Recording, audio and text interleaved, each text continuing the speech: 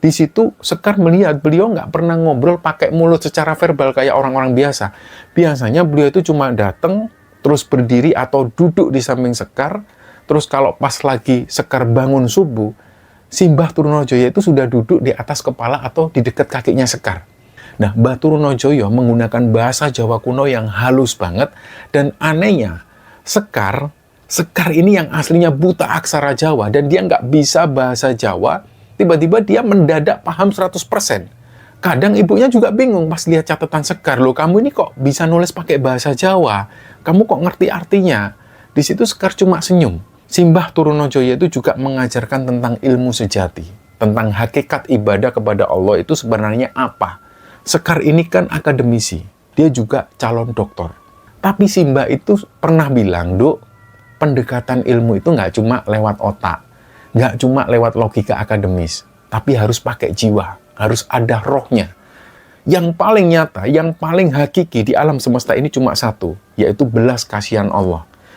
Dan setelah pertemuan dengan Mbah Trunojoyo itu, hidup Sekar ini mulai berubah arah.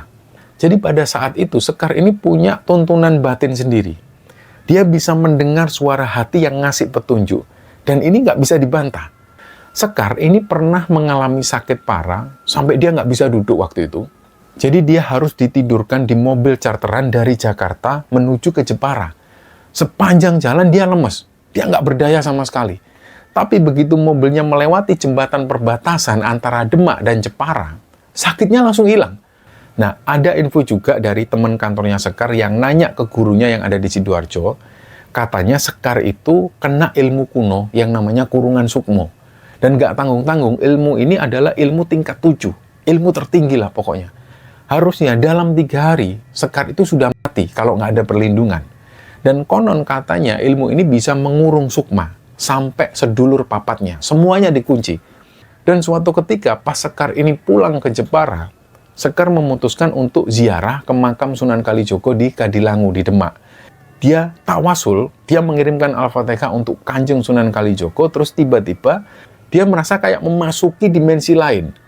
Dan di dalamnya ada sosok Sunan Kalijogo yang lagi duduk santai di sana, dikelilingi beberapa orang, kayak beliau ini lagi ngajar ngaji.